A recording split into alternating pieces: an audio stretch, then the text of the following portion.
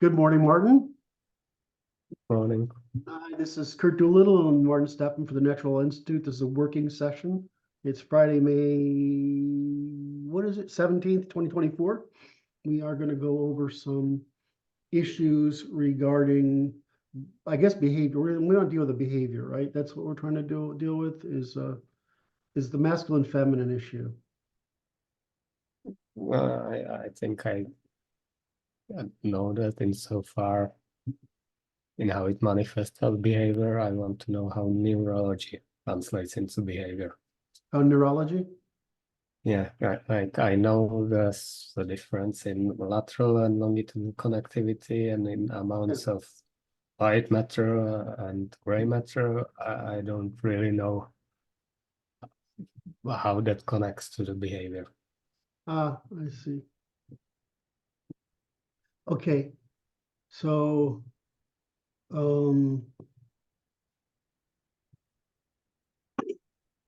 why does this matter is the first question, right? Is because there are things that are universal scale in human behavior. There's a few axes of universal scale, but there is a bifurcation of expression. And in other words, there are things that are different among us in basically neoteny and development. And there are then variations in us, be in biases, which are the origin of which are sex differences. And those biases turn out to be the cause of everything we sort of have to deal with in the present crisis.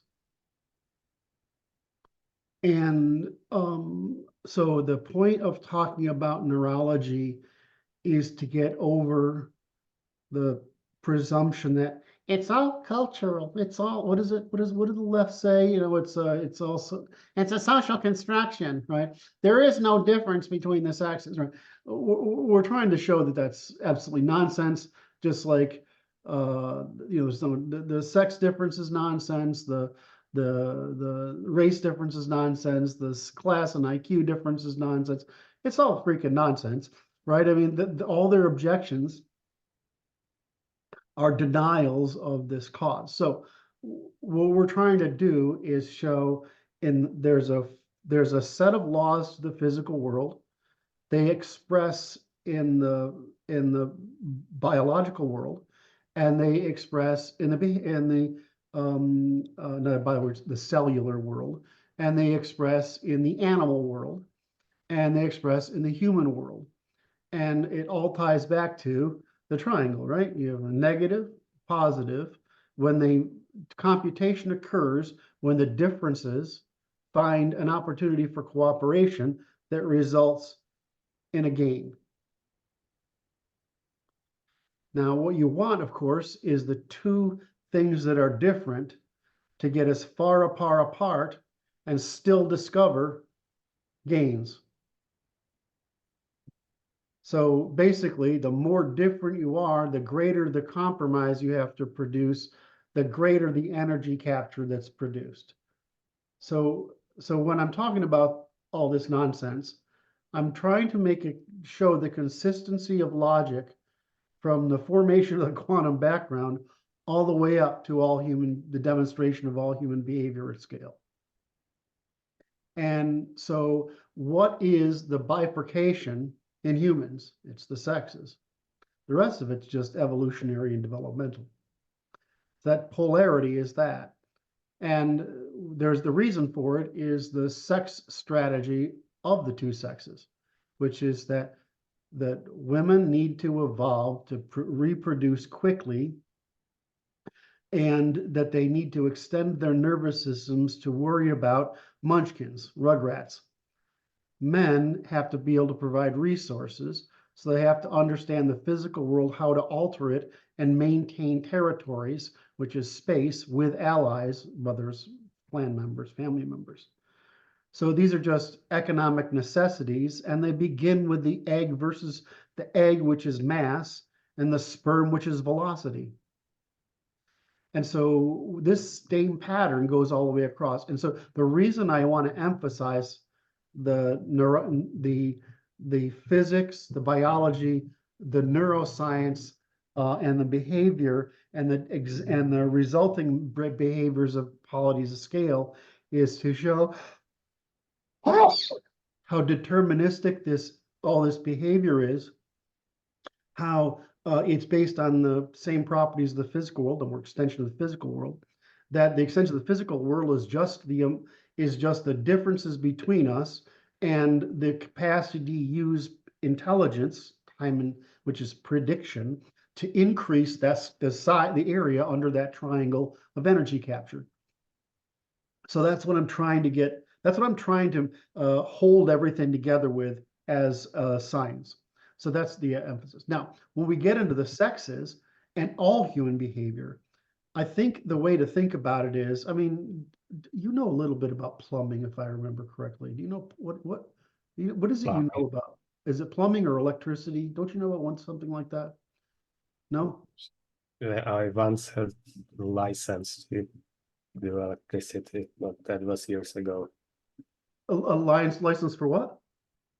For handling electricity. Okay, great. So I knew you knew something. I couldn't remember what it was off the top of my head.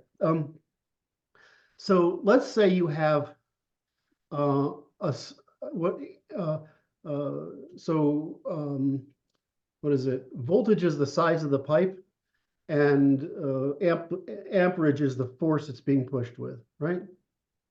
Right. So the problem for the brain is there's only so much amperage. Right? Right. And so all that happens, I mean, actually, the brain is a hugely expensive organism, right? Organ. It's like 11 times as expensive as muscle. All right, so it's like a third of our energy expenditure is upstairs. Now, you wouldn't think that talking to progressives, but that is really where it goes. So, so when you look at a brain, the way you change behavior is just wiring.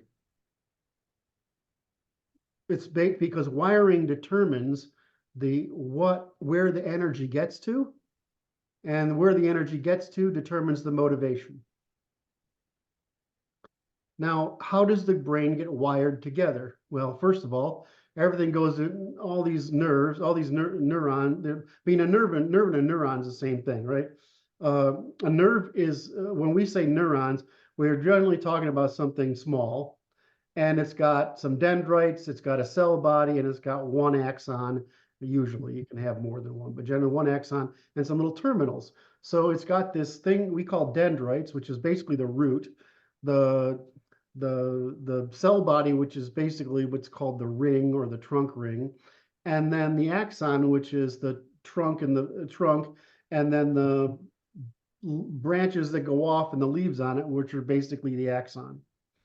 And so what's happening when we look at a nerve, right? It's just the axon's really fucking long. Right?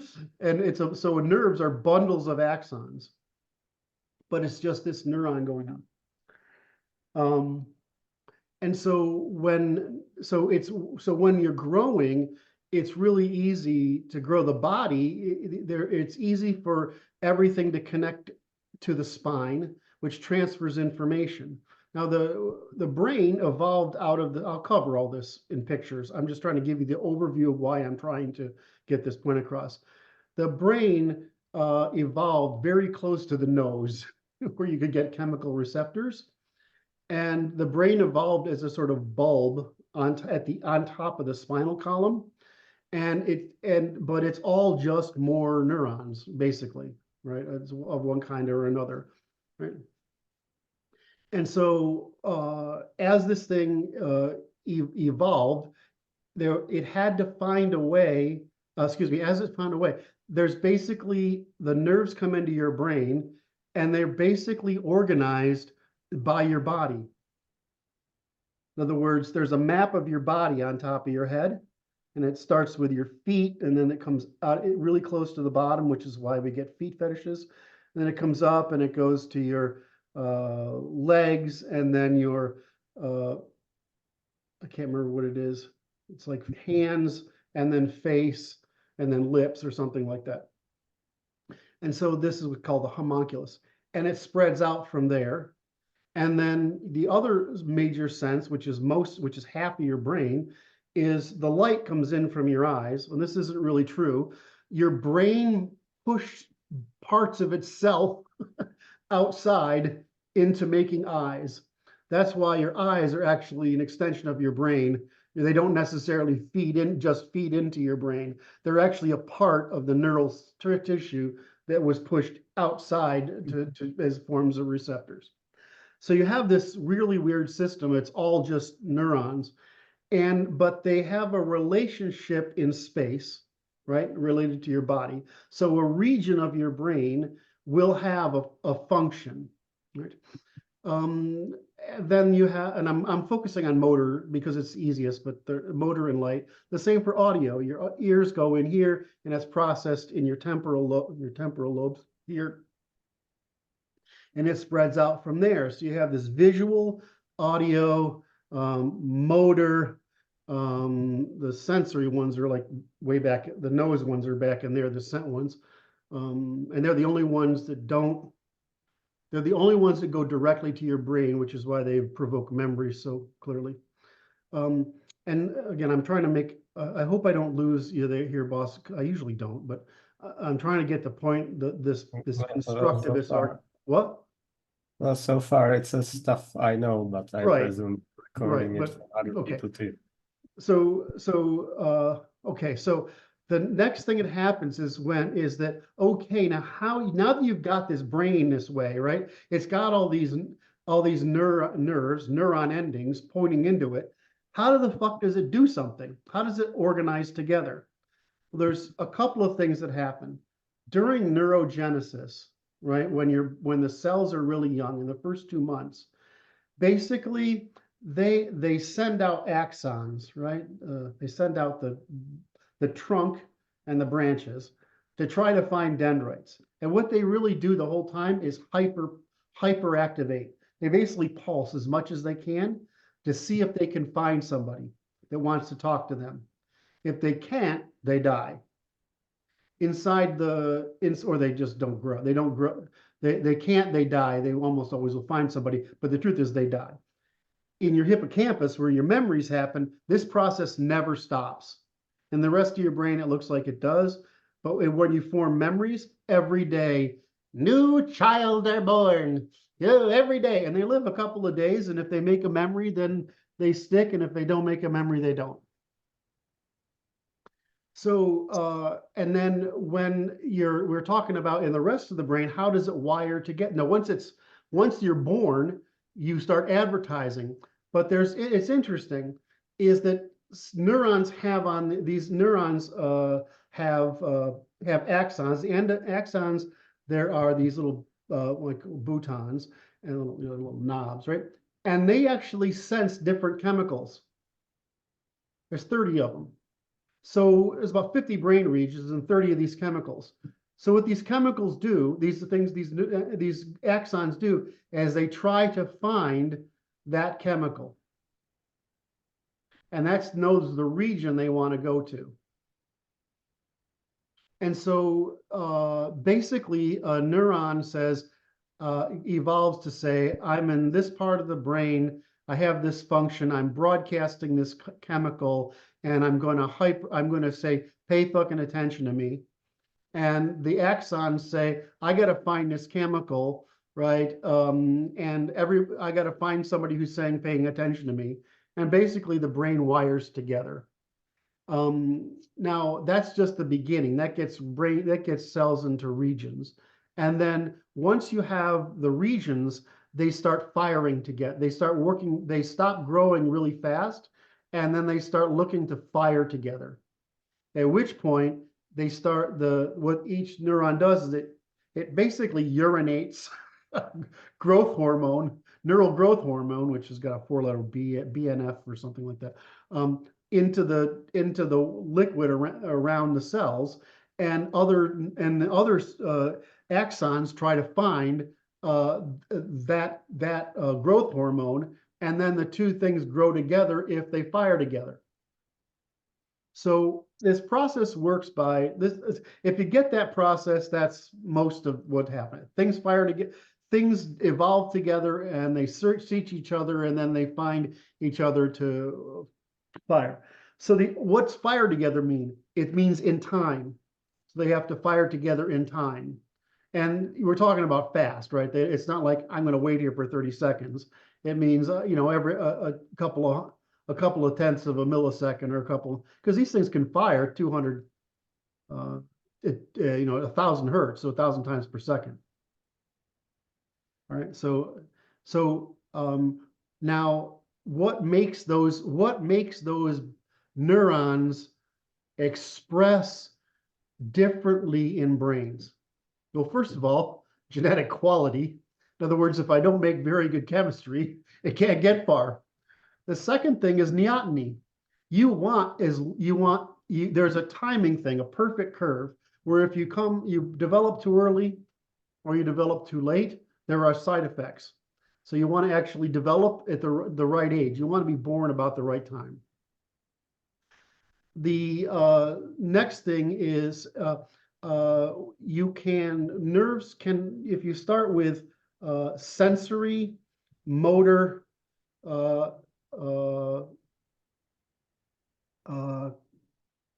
think it's social, and then procedural, and then self-regulation, right, from back to front. Some people, and I used to Keanu Reeves as this example, some people sort of develop at one place more than the rest. So Keanu Reeves, if you listen to him speak, he actually can't speak very well, but he's an amazing athlete. I mean, he played hockey, right? So he's an amazing athlete, and he's a great action star. But try to get this guy to get a sentence with more than 3 words in it, and it's almost fucking impossible. He's literally What? He's literally me. He's literally you? I'm not sure if I'm a great actor, but the sentence part. Okay, so the next is you would get social emotional skills, like you'd be able to get people. Then you might get verbal skills. Then you might get rational skills. Then you might get self-regulatory skills. So they tend to develop in that arc, right, from back to front. So there's like a weird thing among Black people that really freaks me out. God, I'm recording this. I hope this doesn't get out. But they have a thing where they like to use their lips, right? And I'm like, that's just that's a dominance of a sensory development, right? It's not a dominance of a rational development. And you see this with some animals too. There's a lot of concentration of neurons here, and here, and well, actually, your face, your fingertips, your lips in particular are huge, and your feet. The rest of your body has a low density of sensory neurons. Anyway, so you can grow this maturity this way. But when the body is developing in utero and expressing sex differences, 2 things happen. To make a female, it just wires everything together. To make a male, you shut down some of that wiring so that all the energy goes to other things, right? So that's why you get the bifurcation of the full hemisphere and connectedness, the hemispheres in women, but they have freeze responses. They're highly socially and emotionally aware, and they have a harder time with full body coordination, like throwing spears and things like that. They have to work harder at it to get it. And they can process lots of data in time, feelings, colors, taste, smells, in time. whereas men tend to be left hemispheric, and we process things over time, which is we highly predict these physical attributes of the world in time. So throwing a spear and whatever. All right. And so all you have to do is vary the chemistry that baits the 30 chemicals that baits the neurons to connect to different regions with greater density in order to perform a bifurcation of the organization of the brain for the different sexes. That's all you've got to do, right? Is vary the production. Now, most of that's done by just a couple of chemicals, right? Testosterone and estrogen will actually cause those two effects. So, and so in some, again, the way they used to explain it is men are super women, right? We're faster, stronger, and we think more over time. So we are sprinters, and we are sprinters and warriors, and women are marathon runners and caretakers. And you say, well, why do we behave like that? Because our brains are organized like that, right? It's just so how you organize the connectivity in the brain and the quality of the organization in the brain, given that our bodies are basically similar, right? I mean, they're marginally indifferent, is all you have to do to change behavior. Now, once we have that, those low-level behaviors established, we can learn behaviors on top of them, but they always sit on that foundation. So even if you get a really conservative woman who's really rational and thinks responsibly, she still has a feminine bent to her expressions, which I'm sure you've noticed, right? And if you have a guy, right, who's extremely effeminate, you will still see that's a man I'm talking to, because the underlying structure is still cognitively masculine, but the value perception on top of it varies. And we think this is because that value perception is a late production. So is handedness. Like right-handedness is the result of full maturity. Left-handedness tends to be, not always, but tends to be earlier birth.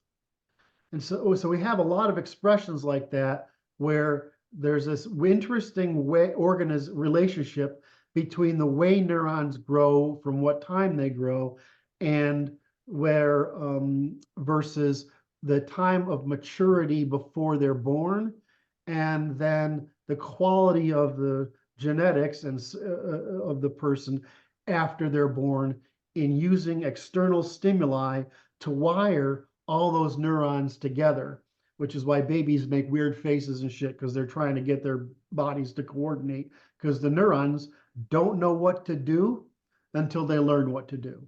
They're only in the right place, but they don't know what to do until they learn what to do. And so if you look at an infant's cortical layers, right, the top layer of your brain, when you look at the infant, those neurons, they're not connected to anything. But if you look at a 2-year-old, all of a sudden they're connected, and a 4-year-old, wow, they're really connected. And if you look at when you look like an Einstein brain in a certain part of his brain, it's dense with neurons. Like I bet we should open up your brain and cut a slice out and show how dense your neurons are. But that would be a good illustration. No, I don't think that would be good. But anyway, so if you get that, what? Babies are basically in a permanent psychedelic state. Yes, exactly. So the point we want to get is that behavior is a construct of a small number of molecular differences between the sexes, right? In other words, what chemicals bait, and the resulting organization, the brain organization that results, right? That's the difference. And so and after that, you get the normal hormonal difference that in hormones create valuative differences. So they reinforce empathizing, or they reinforce systematizing. It's actually more interesting that men can't sensitize, so all the energy goes to the things men can sense, which is systematizing. Does that make sense? So it's actually, though, to make a man, you shut down the female stuff so you can grow and specialize, because there's not energy to do anything else. You have this fixed amperage. Some people have very low amperage. The parallel is neoteny. So when you're growing, the first thing you start with is the neural tube. And this becomes your spine, the nerves in your spine, and everything goes from there. But all the growth intuition, all the stem cells, they originate in this neural tube. So if you're going to so the difference in our physiognomy, the difference in our neoteny, is just regulation of migration of cells from the neural tube. So when you look like me, you or me, I mean, you have that love perfect Slavic body. Makes me jealous. So you have that Slavic thing going on, right? And so your proportions are perfect, right? And but if you look at, say, an African, right, they're heavily matured early, right? They gestate longer, they gestate shorter. In other words, they are birthed earlier, they mature faster, and they do that because there's more migration of stem cells or in utero from the neural tube to the extremities, because that's how you grow, right? You grow out from the neural tube. And so you get something that's like, I have a pretty neotenous nose, right? I'm not Japanese, but I have a pretty small nose, right? But if an African has a big wide nose, and right, and a bigger this, and right, smaller cranium, and that's because the migration of stem cells from the neural tube, again, neurons, the neural tube, are producing the morphology, the demonstrated morphology of the individual. So neoteny reduces the depth and rate of development so that neurons can produce more denser networks. Okay. The other thing, all right. So one more. I'm sure you know most of this. So the other thing is that because we have different problems between men and women, men have to process information very quickly, and women have to process a lot of very small information. Hunters and gatherers, right? So women's brains have to have the same amperage, but they have to transmit more information across a larger area. So they have more myelination, which is white matter in the brain. So they have more transport assistance. Men, on the other hand, have to process less information faster. So we have more gray matter than women do, thicker cortical layers. So we can compute faster, but because we don't transport data so far. And the whole point of making these points I'm trying to get is to reiterate, it's just fucking wiring shit together. And the way you wire shit together determines where the voltage, the amperage goes. Right? That's the whole point, right? If you get that. And so sexes just end up specializing because there's a sperm and an egg, which is a mass and a speed. This thing continues, at least in humans, to the point where we get the specialization of the brain, because brains have to you have to decide. So one side of the brain is dominant. It's usually, almost always, the right side of the brain controlling the left side of the body, and because it's even a little forward there. But that said, the left side does all the stuff we think of as reason. It dominates all. That's why language is there. So this what we think of as thinking, continuous recursive disambiguation, and language, continuous recursive disambiguation, is stuff that's dominated in the left hemisphere. While what we perceive the world around us as threats and opportunities is is, in other words, it's backgrounds, that's processed primarily or dominantly in the right hemisphere. So while both hemispheres do similar things, there's a bias in each hemisphere. This bias becomes awareness, prey, and action, predator. So that's why men are biased to the left side, predator, and speech evolved out of predation, which is continuous recursive disambiguation on on a single thing, right? So if you get that, wow, it's just okay. You just got to wire shit together differently to produce different behaviors of what you pay attention to and what time, and then given that, the result is what I get rewarded for. And it's like, okay, women want to get attention and men want to change the outer world around them. Okay. it's just, I don't know. I think it's cute. Okay. So that's the reason I want that, is so I can show, okay, well, because it's getting out there. AI has given the, the, the neuroscientists the opportunity to talk about these things, and so it's bubbling out finally. All right, have I made the physical connection part important?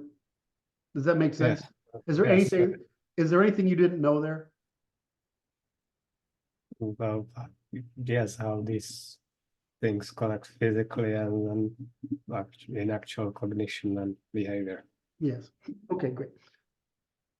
So we want to take away this island. Well, you could be just think differently if you wanted to, or if you had, dude, I don't have the fucking hardware for that. How many women have you talked to and says, it's not that I don't care, it's that I don't even notice it. It doesn't exist. All right, so it was obvious that all those traits in those huge table of differences we have, yes, it's actually just different expressions of a very small number of differences. yes, I guess it's those three, and yes, it helps categorize them. yeah. It's really simple. So okay, so where do I want to start now? I love talking to you because it's just so easy. Um, um, let me share my screen now. Is that all right? So we got the basic idea now, right? We got the there's a couple of ideas we want to crush. That one, which is it's arbitrary. No, it's a physical. You change behavior by physically wiring the body together differently to process and evaluate information differently. That's it. I mean, it's nature's in the end dumb, it just uses what's available. All right. The second thing, oh shit, I think I might have lost it. Oh, is that neuron. So when we talk about constant relations in the physics, what we say is is that the universe, if there was nothing, you couldn't there couldn't be anything, right? In order to have something, you have to have something different from something else. Ergo, it's not necessarily things that we identify, it's a collections of differences and relations. Think about it that way, right? So we're trying to make people think of it's sort of like the same concept of falsification versus justification. People think in objects instead of relations, except the universe is built out of things that are of relations between things. What do neurons do? They identify relations between things. They search for continuous relations. What's a continuous relation? A pattern. What's a set of continuous relations? A pattern. What's everything we do? A pattern, right? So, okay. So I'm trying to create the physical connection, how the body is wired together. And the third thing is consciousness, which is a little harder in that basically a neuron only in relation to other neurons. This is important. Only in relation to other neurons can identify a pattern. So if you get you recognize a pattern, in other words, another neuron agrees with me, I remember that pattern. I like to say it's Pavlov all the way down. It's what? Pavlov. Yeah, exactly. It's Pavlov. Okay, so so the point I want to get is, what are neurons actually transmitting? They're actually transmitting only pay attention to me, which means include me in your perception, and memory. I remember this. So what they're actually transmitting is a tiny bit of memory. So an edge, a surface, a texture, right? And then this neuron says, well, that texture and that edge make this fragment. And then this group says this fragment and that fragment go together. So consciousness is just the process of a continuous hierarchy of memory in time, assembling lots of little memories. And because it's all recursive, we have about a 3-second window of memory. Our memory it's like a goldfish. 3-second window of memory. With that 3-second window of memory, we can derive experience as a constant, because it's a constant. The last 3 seconds are constantly refreshed. So just as this stream that we're watching isn't transmitting every pixel, it's only transmitting the pixels that change. Right? So all our brains has to do is look for changes and adapt to changes, but we see it because we can't introspect on it as a continuous stream. The difference is, let's say, in listening. Let's say you walk into a crowded place, and if you listen, you can pick out their voices and listen to them despite the crowd. So we can see ourselves, we can intuit ourselves, we can introspect upon that process, right? So we can actually see that. We can say, I'm going to focus on you. The problem is we can't do it on our vision, right? Our vision just comes to us so dense, so much information so fast, that the only way we can do stuff is we can sense differences, is to fool ourselves with optical illusions. In other words, we can only, it's like we can explain our hearing, right? We can explain that because we can perceive it because it's relatively slow, and patterns occur over longer periods of time. But vision, the patterns occur really, really fast, and there's a lot of them. And all we can manage to do is focus the very center of our eyes, which is very, very dense receptors, on something in order to focus on just that. We have to actually move the physical stimuli in order to change the inputs, in order to focus. But with auditory, we can just control what we focus on. So the problem is, we don't, since we can, while we can do it with sound, and we can do it with touch, we can't do it with vision very easily. So if you touch something, you may not know what it is. You put your hand in a box, can't tell what it is. All right, I don't know if you played that game in 3rd grade. We used to do that. Our teacher, that's like science instruction in 3rd grade in America, is they bring out this box and it has a hole, and you put your whole hand in the hole and try to figure out what's inside it with your touch, and you realize, shit, I have no fucking idea what that is, right? It's all weird things, right? And then you say, okay, well, touch is interesting. Touch needs time. It needs volume and time. Hearing needs focus and time. This is already focused, right? Touch is focus. Hearing needs focus and time. Vision is so fast, and we focus physically with our eyes, and that it's hard for us to detect what our bodies and minds are doing as easily it is with touch and sound. But anyway, Consciousness is just the product of a continuous recursive hierarchy of longer time periods, right? As it goes up, the time period is longer, from milliseconds to 3 seconds, is how much memory we're employing to notice changes in state. So it's just memory of memory. Now, well, it's memory of memory and how our brainstem feels about it. All right, so if you get so in that process, we get to say the world is built of constant relations. In physics, all we do is evolve a nervous system. The nervous system allows us to predict, and now to predict, we can actually outwit the determinism of time. Consciousness is a means by which we can control what we pay attention to in order to outwit the senses in time. So, you're trying to make this way, and we want to do this because we want to kill the other mythology that consciousness is the hard problem. It's not. It's just a hierarchy of memory. Right? All right, so now let's go over to here. I can share my screen now.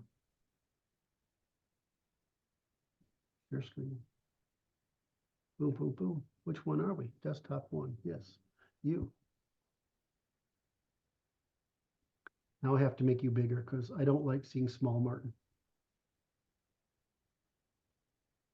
Because for you, see, you use so many facial expressions and so few words that I got to be able to read the face, which of course makes me it fills me with joy and laughter anyway. So, I think I have that many expressions. huh? Well, that's why I need a big picture of you so I can get the subtleties. Because a lot of your stuff is like this. It's that you have this thing where you just go, okay. That's not right, Doolittle. I love you. All right. I've got to find. I think I've made all these points already. The brain, mind, and consciousness are created. I already did those. I have emotions. I have the hippocampus and emotions ready. I need to record them.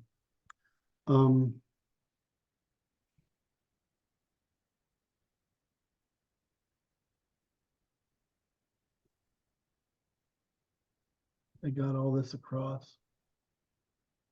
Yeah, I got all that across.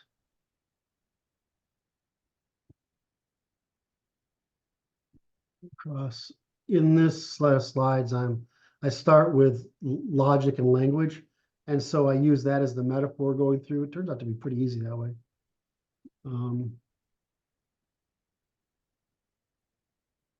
So we already went over this, right? Yeah, we went over this. We went over back to front, sensory motor planning. We went over over here on the lower right, the homunculus. Right, see where the foot is over on this? Yep. That's why we have foot fetish, people with foot fetishes.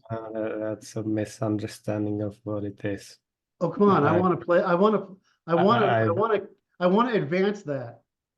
I've read Ramachandran's book. I know why he thought that. He thinks it's arousal from having one's own feet touched, which is not what it is.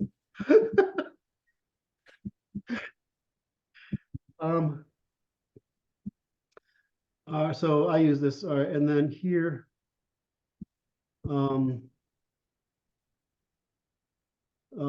basically the brainstem comes up and goes to the thalamus, and that's basically what regulates attention. That just determines that's how we focus our attention, is the thalamus. I did some basic stuff here on wiring. What starts to get interesting is here is the size of the, it's just all the brain is that little fucking thin layer on top, right? And it's only this big. All that computing is going on in that. That's amazing. There's the layers. I talk about layers, talk about how neurons are organized, talk about different types of neurons. We don't need to cover this, we already got across this stuff. And you know this stuff already, right? You know, there's three kinds of neurons: input, compute, and output, right?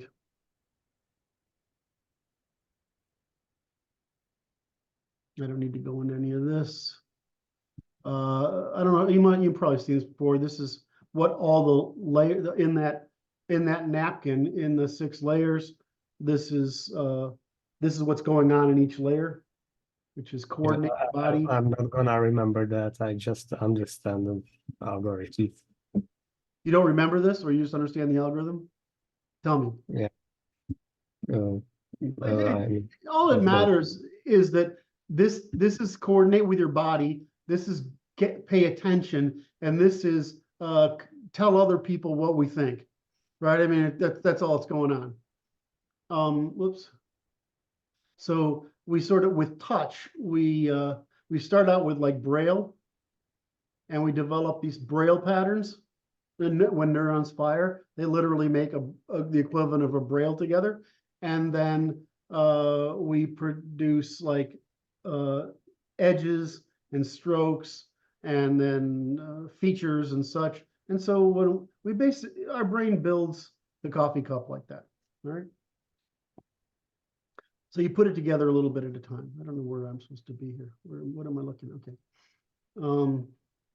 I just so what I found interesting is that all the other senses only make sense when they're related to touch.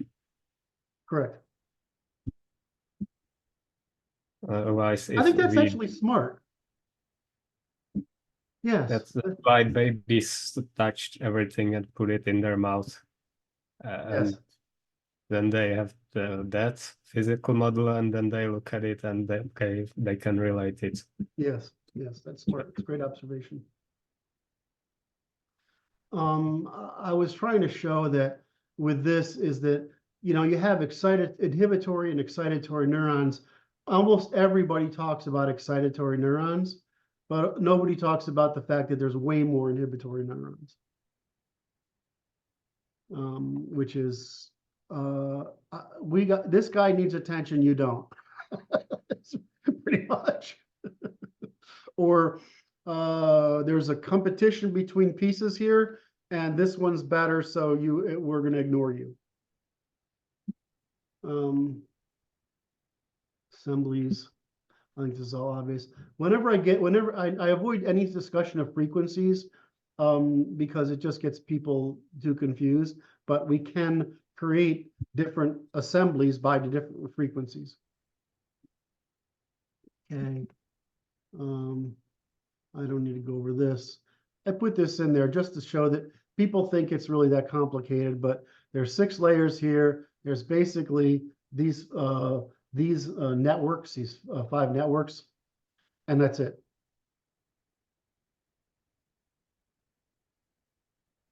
You have to lock the door to keep the cat out. Well, I don't know what it wants. I think it wants to go outside, but it's raining.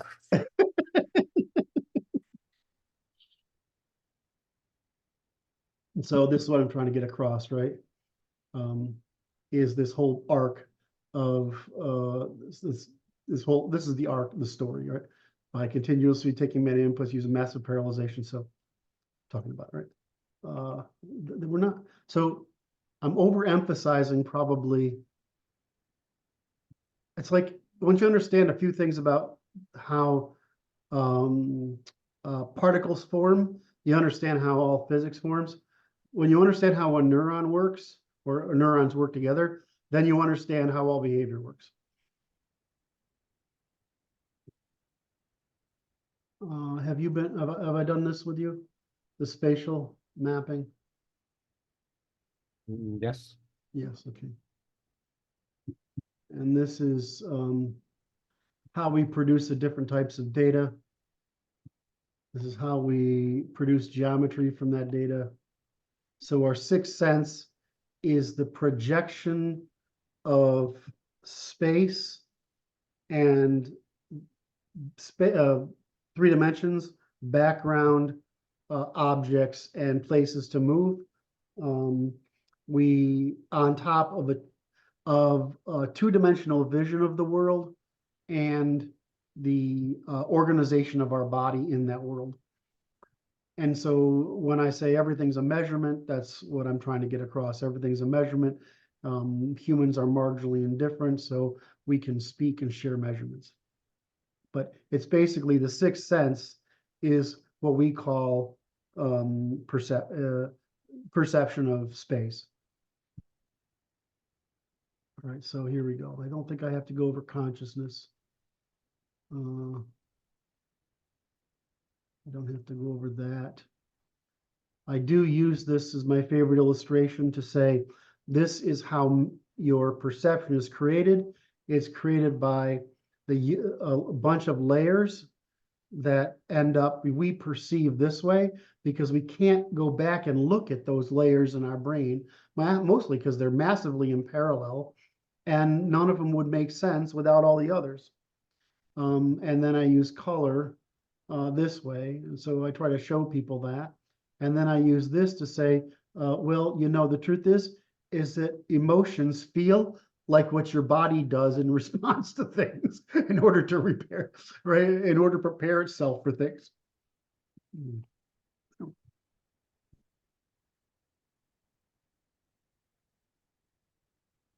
Okay, so what I've tried to do so far is establish the baseline, right? Here's how neurons work. Here's how they grow together. Here's the physical organization. And then I said there's a developmental baseline, right? We tend to dominate in some area of it. And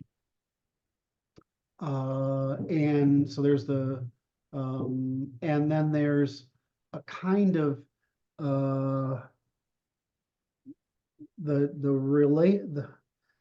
when you're imagining, right? How dominant is your imagination? So when you're walking through the world, are you looking at the world as it is? Are you looking at the world somewhat as it is? At the same time, you're working with a sort of image in your mind, or are you is the world in front of us very fuzzy, and we're dominated by this imaginary world, right? Imaginary perception. And what happens is people actually vary in that. Like Amerindians tend to live in closer to a dream state.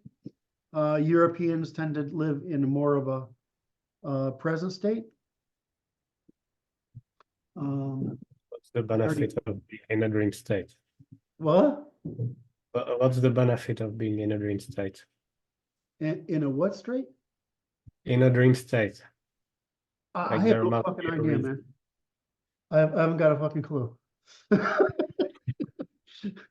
I suspect there's a benefit to social organization among less neotenous people because it lets you discount. In other words, it's a way of gaining agency by actually limiting the volume of external social information. In other words, you can be impulsive by rational choice, or you're compulsible by disconnection. It's sort of like Stoicism, which is intentional, and Buddhism, which is subtractive. I gave the developmental one already. I forgot to state this. So there's a certain energy level. Like, it's very interesting. My sister's like a whale, right? Not like a whale. She's a fucking whale. I mean, and so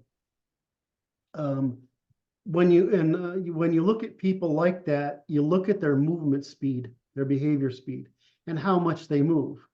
Like, I don't know, I'm always moving, you're always moving. How many small movements do you make while you're sitting in a chair? I mean, you're doing all sorts of things, right? You don't think about it that way, but that burns calories. Some people don't do that. They just literally do this. Now, when you relax like that, you realize, hey, I was actually burning calories on keeping my body in a certain state. Well, that's like one level of it. The other expression is, you talking to somebody? Oh, mom just came home. Say hi, mom. Hello, Maria. What? Already gone.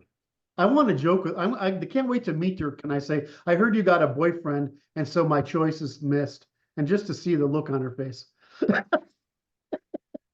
If she won't understand, and I'm not sure I want to translate.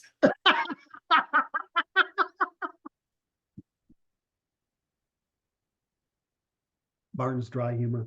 Okay, so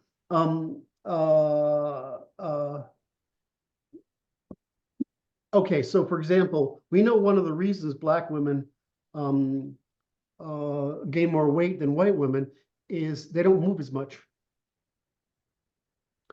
And so they burn fewer calories. So and that would make sense because they adapted to they grew up in a hot climate, right? So they have a lower metabolic rate of action. Whereas if you're in a cold environment, a higher metabolic rate of action actually means that you'll stay warmer.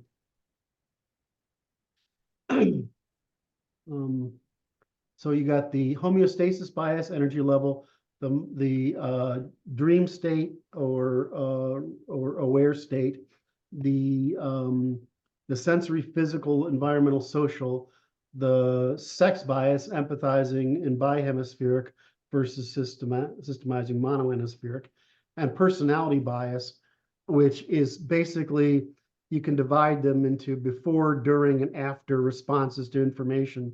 So they're just personality bias is just just variations in how we treat information before, during, and after we've received it. All right, so let's see if we can get down into here and here.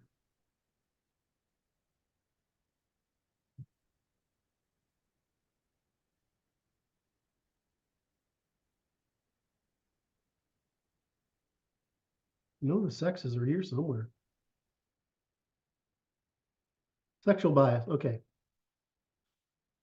So I did put this in here for people, but it's really prey versus predator, right? And then I covered the differences in internal organs, but again, they're just produced by variations in chemistry. The only creepy thing is how many black women clitoris actually turns into a micro penis. Man, if I ever encountered that, I'd probably run away screaming. I said that just to get a reaction out of you, and you're not satisfying my provocation. I'm not even gonna try to run into that.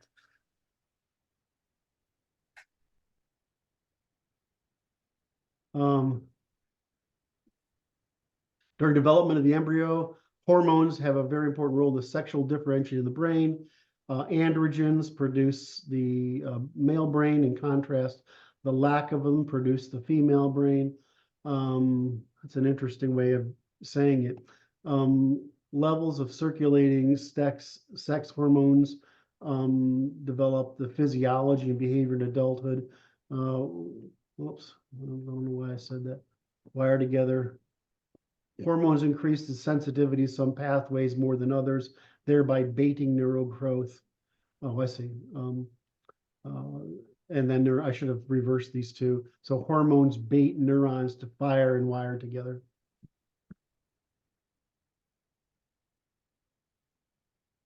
So this is a great example of how the brains are functionally wired. You can see the male brain has many more front to back connections, and the female brain has way more side to side connections, but they're especially concentrated in the area of brain that has to deal with social premotor social cues. And so not only do we understand how they come together, we can observe how they wire together differently.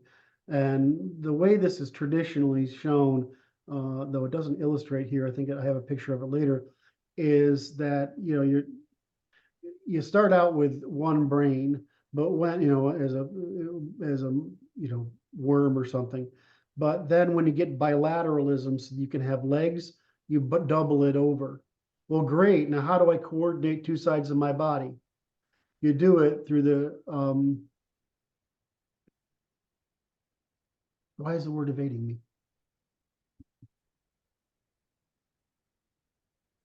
The bundle of neurons that connects the two here systems together and keeps them, transfers information between them.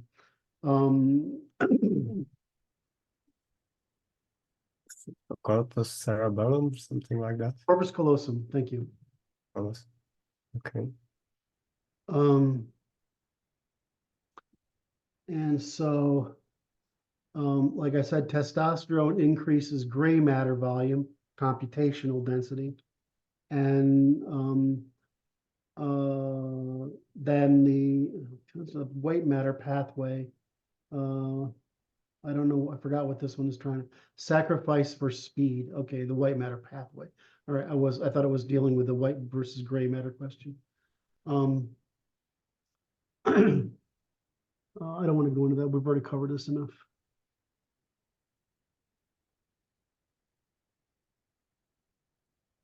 Gender dimorphism. Yeah, boy, this is a hot topic. It's produced in here. So the problem is it's late. It's a late development. So if you have a developmental issue, one of the first places it'll show up is sexual bias, a failure of sufficient sexual dimorphism. Right?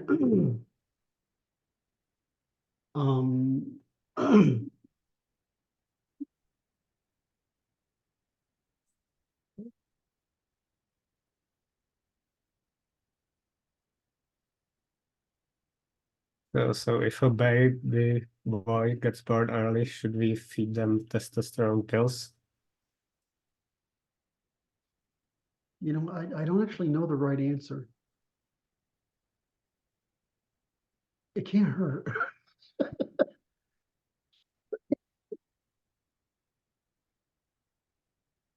I don't know, you know all this stuff.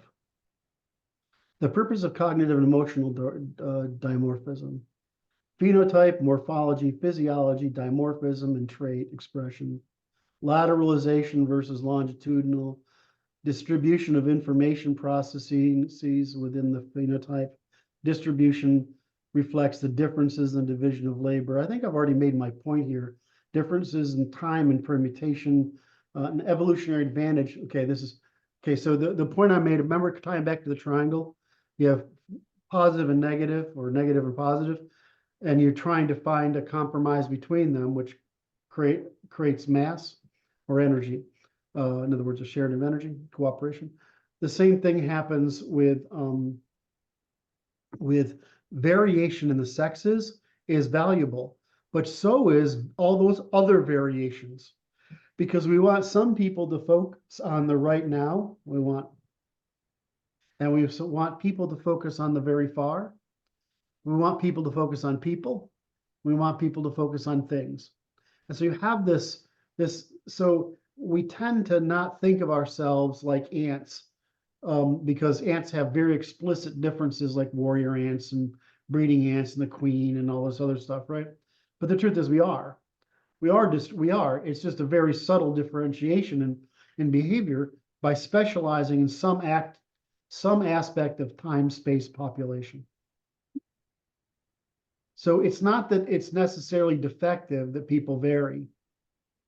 It's that the variation among people, as long as this is the trick, as long as cooperation is still in common interest is still possible, covers more of the time and space opportunities to produce something. So it's calculating the surface area of time and space. So it's not bad. The problem is, and I thought you were going to jump ahead of me here. The problem is when it becomes that you are different enough that you can't cooperate on the division of labor in time and space, which is what happens with races. So if I have a median of a group that's got an 84 IQ and a median group that has 105 IQ, the 105 group is always going to dominate over the 84 group. And so the 84 group actually needs a normal distribution around the 84. And the 105 group needs a distribution around the 105. Or else what happens is there's no means of achieving wholeness, how do you call it, harmony among the people within the variation. Because when you put two groups together like that, all people in the lower variation fail. It's not that some succeed and some fail and they take care of each other. It's that they all fail and compete against the people who succeed. Try to make sure if that's stuck. Sure. Yeah.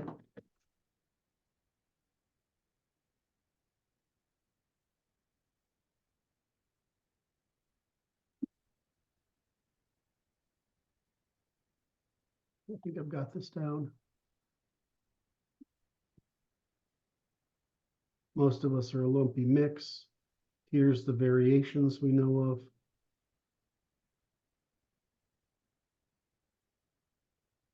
Oh, here's the inventiveness differences. Here's differences in intelligence. Do you want me to go over these? You know these already. I feel like I'm boring you now.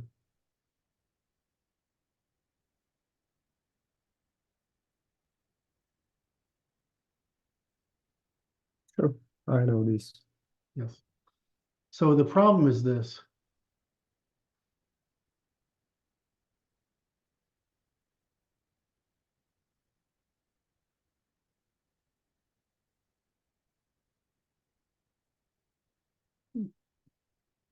Okay, so the problem is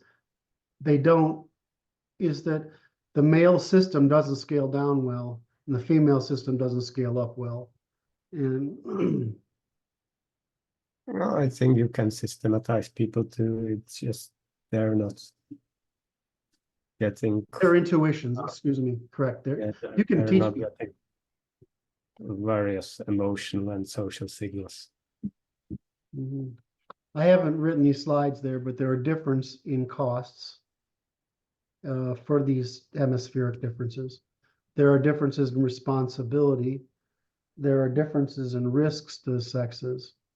There are differences in dysfunction, which we know as the autistic psychotic spectrum, right? I'll wait till you're done. So you have the autistic psychotic spectrum. And so while people can say, well, we act similarly in these ways, right? What they're usually doing is they're running a test of a task-based solution that's easy to test. So this is like IQ tests and whatever. They aren't looking for where we're different. They're looking for where we're the same. And so what happens when you study the extremes of autistic versus psychotic, what you get is you get um, the consequences of all these changes in physicality that produce autism and psychosis. What's interesting, though, is that these are male and female differences in the failure to organize the brain. Does that make sense? Mm-hmm. So you can fail to organize the brain on the male way or the female way, but we can measure it by what's affected. Is that true about inner speech? Say that again? If the inner speech part is true, do artists have less inner speech? I don't know the answer. I think I'm not that far off, and I have plenty of it. Yeah, I don't know the answer because I have plenty of inner speech. There's got to be some fucking way I can tease you about that, right? Why does Martin have a lot of inner speech? Because nobody else will speak in that short a sentence.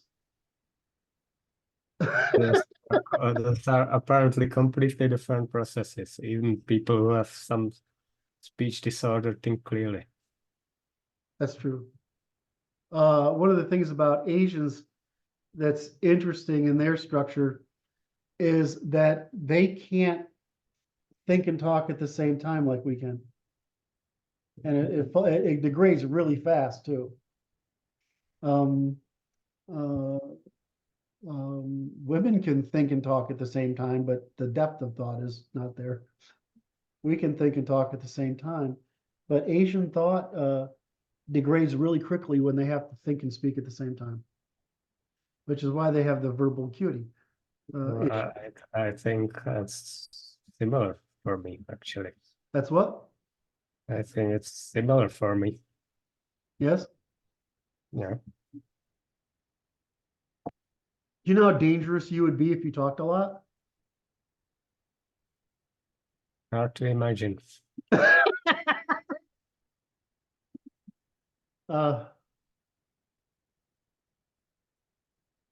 Yeah, this is all normal stuff.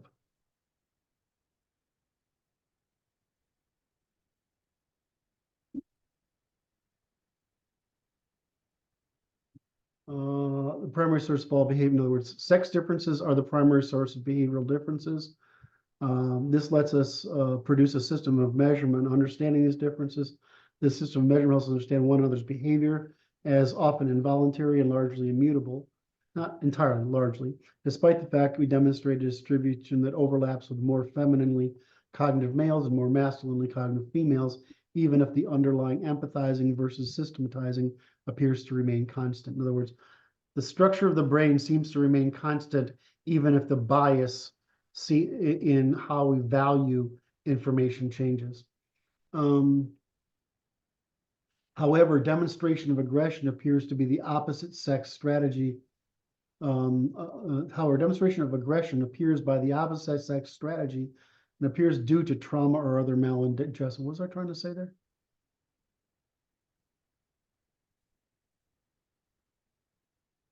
I don't know how I don't know what I was trying to say there.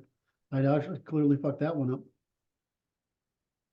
The tendency of female minds to magical thinking as a means of sedation, but this is an evolutionary utility. Women need to be able to make excuses for emotions.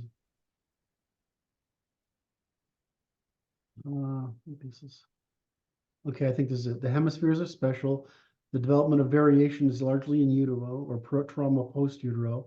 The foundation of human differences is polar sex. There are two sexes. The two sexes demonstrate compatible but opposite strategies. The sexes are produced by genetic differences and hormonal encouragement of growth of different networks. This encouragement of growth causes different networks of neurons to wire together with greater reinforcement than the alternative. These opposing strategies let us explore the margins of existence, looking for opportunities while compromising on cooperative reciprocity when we can find an opportunity, providing the best for all despite there are better options for some. So it's basically, in the division of labor we end up gravitating toward Pareto optimums because that's the distribution of talents and abilities to pursue returns across different ranges of time. It's just economics. End of sex differences. I think I go here. All I do from here is I go through all the drives. So I go through prey drive, mating drive, nesting drive, pack and herd drives, running with the pack drive, mindfulness, the feast drive, right? In the feast cycle, the status drive, the debt drive, the care drive, and then we get into personality. I think we cover personality. We're done. Is that all right? Do you have time? You willing to continue? Because I feel like you're bored now. Go ahead. Yes. So what I'm trying to show with personality is that it's just three chemicals, and just like it's like, you know, we have a two positive negative charge, and the result of their exchange, we have three chemicals. The thing is, we have added a fourth for reproductive reasons. So we have norepinephrine, dopamine, and serotonin.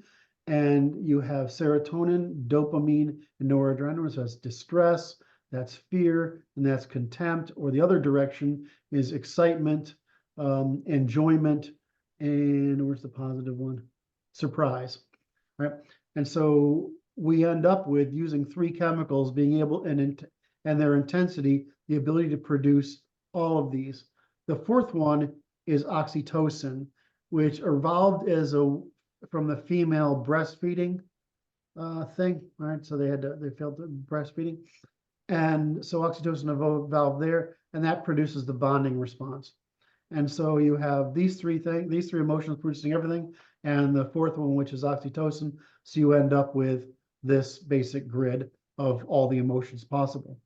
So different brain regions are sensitive to different types of chemistry, and those few chemicals produce the range of emotions. The thing that's interesting is you would think that dopamine was a reward function. It's not, it's a bait function. You don't, it's a bait function. It rewards expectation of a reward. Yes, exactly. I made this chart. I can't remember who produced this thing here, but I took this chart and I flipped it around so it was directional left to right, and I could put all the biological sources, the five broad traits, which I said, well, openness and intelligence, there's no difference. Then I said the brain organization, where I added blue and pink, and then I just showed the bias in the different personalities that emerged due to sexes, and then the facets that emerged from those in more precise modifications of it. So now we've gone from, well, there's a sperm, there's a positive and negative charge, a sperm and an egg. There's gone to prey versus predator, prey in time, predator over time. We've gone to prey, fear of responsibility because it can generate contact, to predator conflict, to predator pursuit of responsibility because it, especially for capital, because it, despite the fact that it can generate conflict, which just produces a hierarchy, and this produces a herd of equality. And so we've started out with a very simple set of ideas, and then we've said, okay, well, what are the differences in three chemicals that produce emotional rewards for those things? That results in these variables, which results in these four traits, which are varied by sex, which work at the macro level like this, but actually come out. And that what I think is interesting in this diagram is there's way more feminine expression of traits than there are masculine expressions of these traits. Does that make sense? So there's more pink than blue. All right.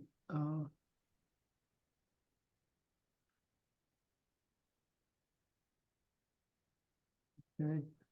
Personality bias is a hemispheric bias in information, male versus female, dominance predator, submission prey, systematizing versus empathizing, therefore a before bias and agreeableness, disagreeableness, extroversion, introversion, during bias, intelligence and openness, and after bias, conscientiousness and neuroticism.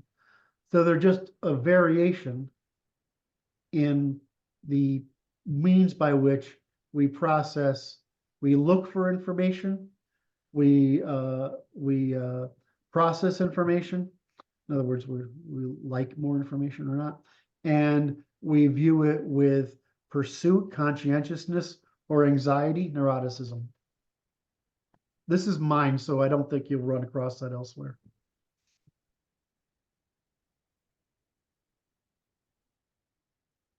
Oh, I said, I put humor in this. Oh, I actually have it in here. They have really high conscientiousness, low agreeableness, high extroversion, low neuroticism, high openness. Yeah.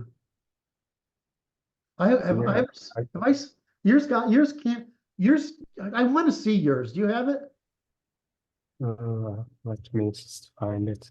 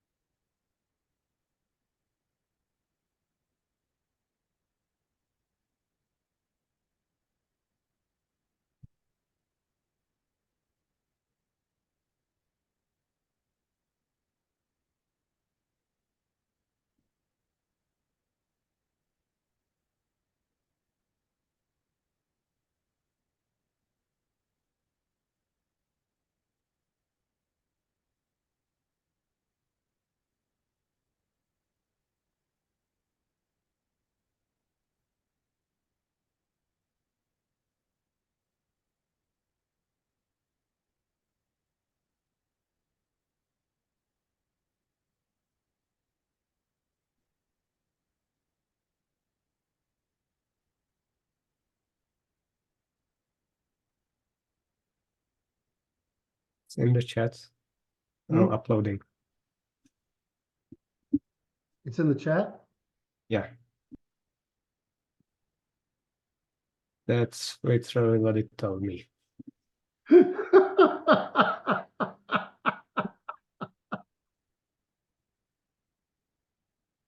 No, fucking love it.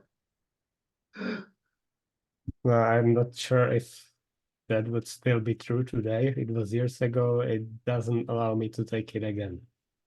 Just change your email address. He's been on, his daughter asked him that It costs question. money. What? Oh, it It costs money? yeah. Oh, that's we don't. That's higher than I would have thought. But that's why you're true. I'll put in the details. Huh? I'll put in the detailed one. Just a second.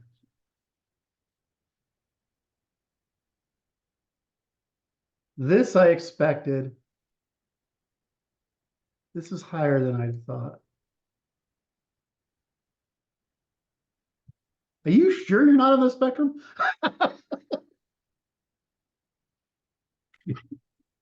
Well, I've never tried any test on that. Only some on the internet, which apparently not. I come out very low on it, but it's, I had I remember one of my girlfriends said, well, it's not so much that you're autistic, it's just you're very male. That's the same thing.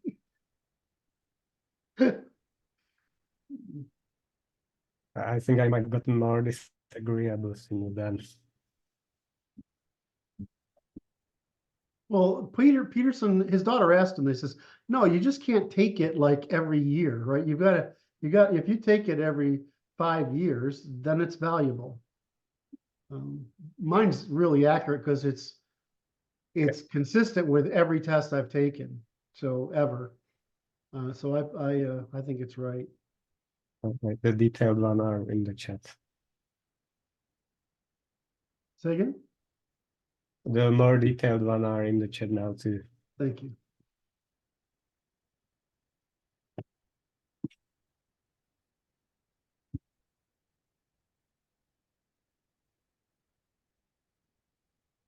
That makes sense.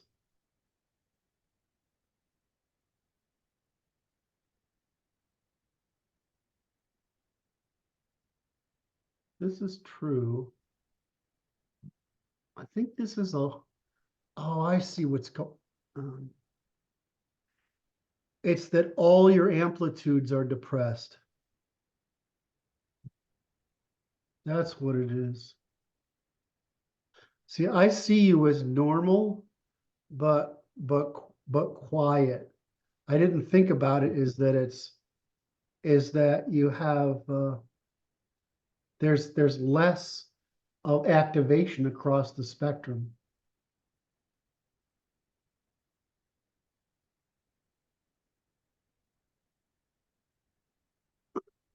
How can you have as organized a fucking mind as you have? with the ability to do things with such rigor and come out with orderliness as one. How the fuck Well, can you do that? I only organize it in the mind. Outside of it.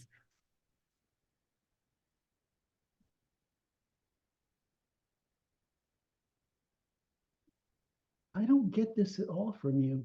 Well, withdrawal, I could see casting withdrawal that way, yes. But volatility, that's a low score. I just expect that to be like your other ones, like down like at 5.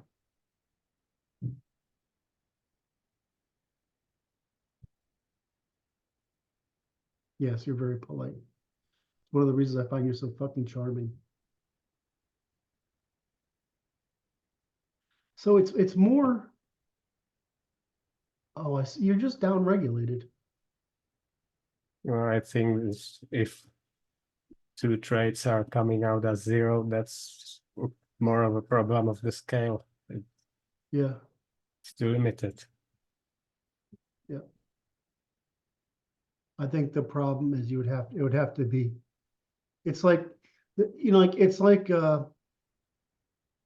taking a proper IQ test, which is like 1,000 fucking questions or whatever, or the Minnesota multiphasic psychological, which has 600 questions. And then some of these other tests, they don't have enough questions on them. So while you could get a broad brush, if someone like you is very modulated, you don't hear that the actual differences are down there in whispers. So yeah, I think it's the test. Test is not. It's too general and not specific enough for you. I mean, honestly, I mean, I love you, but you're fucking charming and you're a wonderful person, right? I mean, and I'm not, everybody thinks so. You're patient with people, you're kind, you're thoughtful, you give smart answers, right? And you're not, Not everybody thinks so. what? Not everybody thinks so. Who's not everybody? Well, quite a lot of people, especially on the internet. You can't set yourself up to be a specialist in decidability and extremely fucking good at it and expect to tell the people the truth and have them like it. People don't go to court and get told what they want to hear. I don't care. Well, that's the point. Oh fuck. What did I want? I wanted to tell you something about. I don't want to forget. Tell you about talking to Rudyard and his team last night. It was like talking to fucking children. Um, not him, his team. um.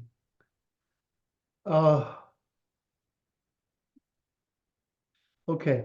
The point is that while we have all these variations, right? We have these we know the cause the variations. The result is that personalities still cluster like we think. They call in a very established female, a very established male, an ascendant male, and then a blend of people. And if you look at all the data, it just comes out the same. You get all these personalities, but if you put the traits together, they cluster in those groups. So while we think there's a lot of variability, the answer is we still stereotypically gravitate toward the 4 obvious, which is which all the variations over here on the male side. I think I got this, all this stuff. What measures I would like to see? Yeah, I think it's like the tests you just took. I just think that the tests we have are not good enough. You probably know about intelligence, right? Do we have to cover intelligence? Do you want me to cover intelligence? No. No, I don't need to. Huh? Tell me what to do, boss. Maybe I could usually say it's neural connectivity or something like that, right? But it's clear that it's also just capacity, because It's just capacity. having a bigger brain helps It's too. all it is. A bigger brain with better connectivity and better chemistry. In other words, The environment your nerves live in, your neurons live in, has to be composed of a sufficient amount of chemistry. The problem is if what we didn't do today is we didn't go down and, okay, a neuron consists of this, and it consumes these things, and it's fed by these things, and these things are what go wrap around the neural sheath to produce. We didn't go into all this chemistry stuff because it doesn't get the, it's not useful. When you get into that, you realize, shit, a lot can go wrong up there. So, because it's the most complex organ we know of so far. So basically, I reduce it to this: the rate of cognitive adaptation.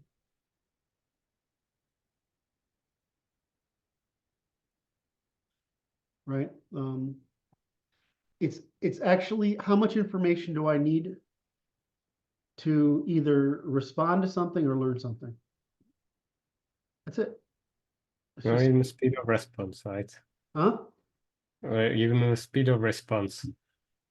Well, it's all the same. The speed of the response, the rapidity of which is retrieval, the ability to the speed of which the number of repetitions you need in order to store it, and the breadth of associations you attribute. So when I talk to you about something, you say, "Oh yeah, that's because of this and that and the other thing." But you notice you talk to some people and they're like, "Huh? What does that mean?" I'm like, "Fuck! Can't you make an association between A and B?" Meanwhile, some of us make association between A and the rest of the fucking alphabet. Okay, so why are you not getting those associations? So think of it as electricity. How far is it going? If there's so much amperages, how much far is it going? And that the brain is a big network, right? How far is it permeating, right? And how much of it is permeating? How much is getting through? So that's it. So rate of cognitive adaptation. Let's see.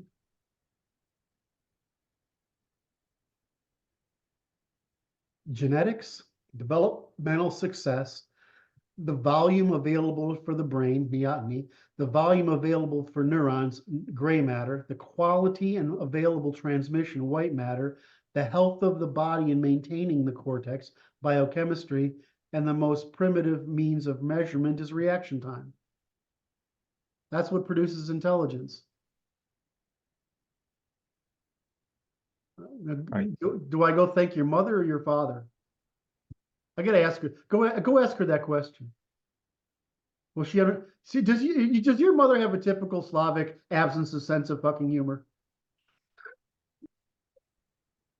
I just need to compare to something. I spent most of my life here. But yeah, my father is pretty smart, clearly. Yes. Even outlier in his own family, so Even what? outlier in his own family. Yes. Seems All right. So it's just the rate of adaptation and these variables that produce it. But it's just, I mean, the quality of the wire, the way it's connected, the amount of voltage that it can and the amount of amperage.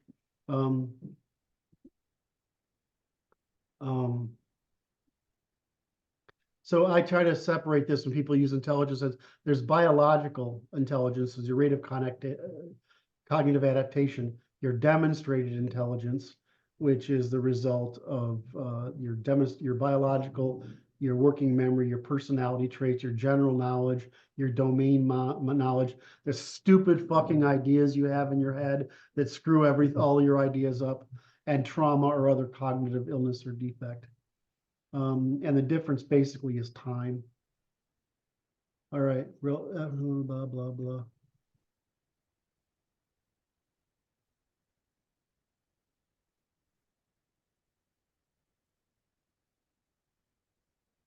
Okay, so there's three basic things that matter. In other words, your outcome in life is largely dependent upon three factors. The two most important are intelligence and conscientiousness, and neuroticism, of course, which you have more than a little of, which is tendency to negative thinking, which is probably why you see the errors and everything. I'm not sure. It doesn't faze me. I just see it. Right. I mean, but that's again, that's an amplitude issue, you know. So, conscientiousness and neuroticism can be trained by discipline. IQ can't. Success in every field is possible with training. IQ merely increases the rate of adaptation and grants access to complexity, right? Which maxes out, right? The only substitute for IQ is general knowledge.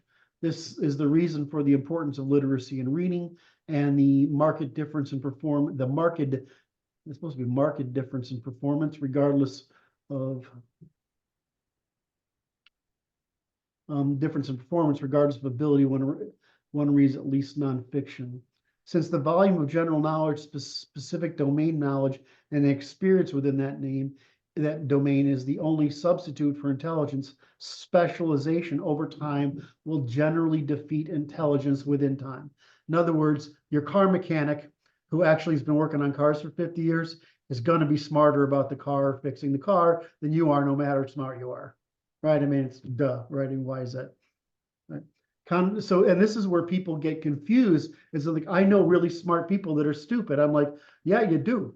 That you mean they're stupid in a sphere that you understand, but it may be a sphere they understand you're stupid, or maybe they're smart and they just don't fucking give a shit, and so they all they want to do is watch Star Wars 100 times. Who the fuck knows?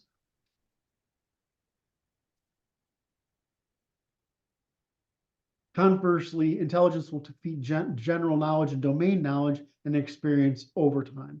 In other words, if you chose to be a car mechanic, if you're smart, you would chose to be a car mechanic, you would be better than the not so smart car mechanic faster. That's the economics of intelligence produces a fuzzy distribution of what we call demonstrated intelligence in all walks of life. So there's a relationship between what you do and love and become an expert in and the other aspects that you don't. And so we see this really interesting distribution of people who despite their intelligence tend to be competent in many things, or despite their intelligence to spend incompetent in many things.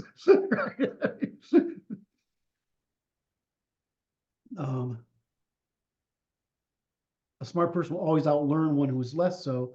And more importantly, this is the issue. The smarter you are, the more likely you are to identify errors more quickly. Conversely, the trade-off, the very smart will often perform poorly at tasks that don't require the use of their cognitive ability. So each of us has a sweet spot. In the literature, this is because we all like to work at the limit of our capacity without passing into stress and risk. I suppose is probably something you and I share, is that really interesting hard problems that we can work in our minds are interesting and hard problems. The 6 laws of the brain: neurons that fire together wire together. Neurons that wire together neurons wire together at rates by genetic load. In other words, the quality of your genome. A rising information tide floats all boats. All brains retain their relative position. In other words, if you educate a population, you will make everyone better, but they will maintain their difference. So if you take a population from an average IQ of 85 to 88, that's true, but it won't make them different distribution narrower. The distribution will remain because these people at the top will remain size.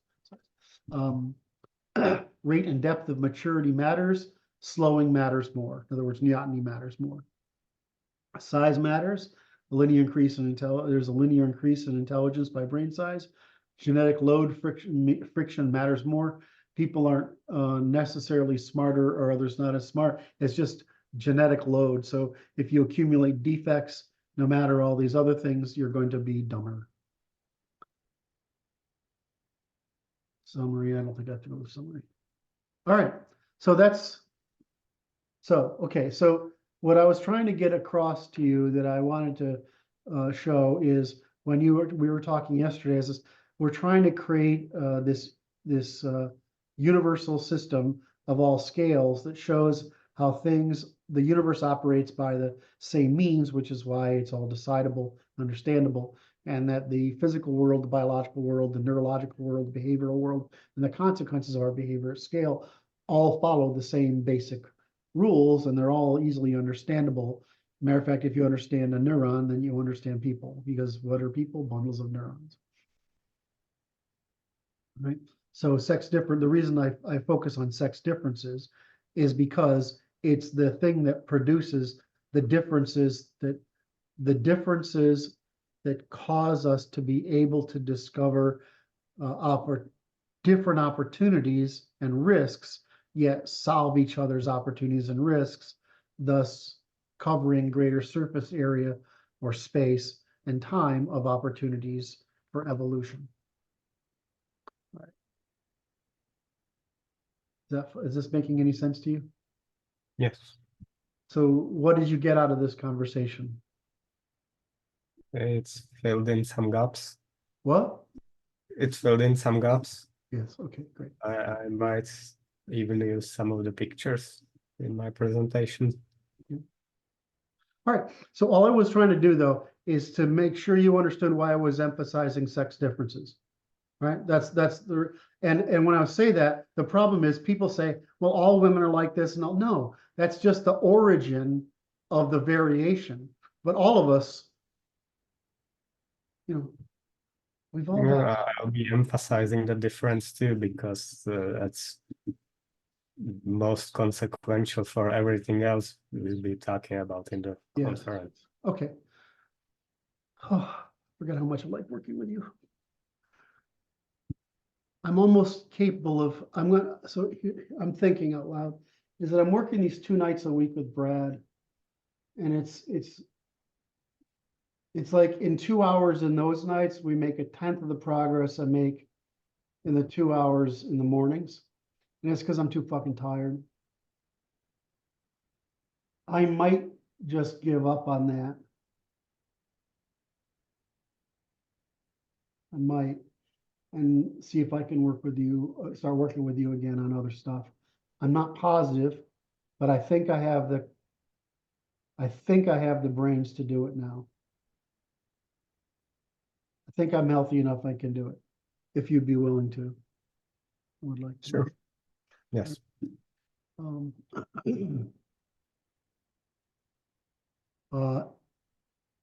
I did take some time. I was,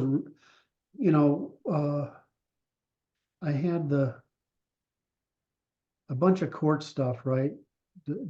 November, December, February, March, and then I was just all fucked up in that whole period because I was so pissed off.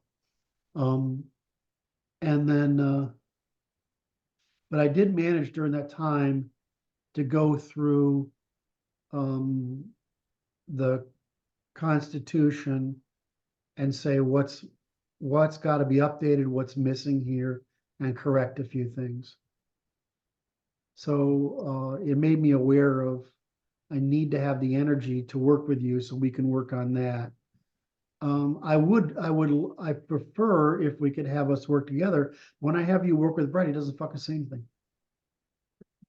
He doesn't say a fucking thing, which is not useful for me. I don't know what his deal is. That's too bad, because I'm sure I could contribute to science too. Frustrating for me.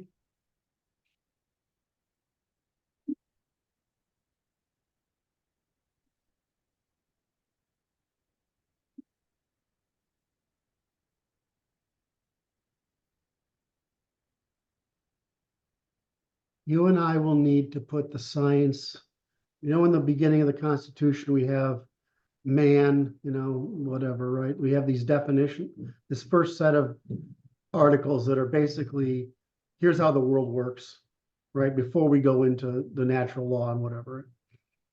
And I know at least at that point we'll work on it together.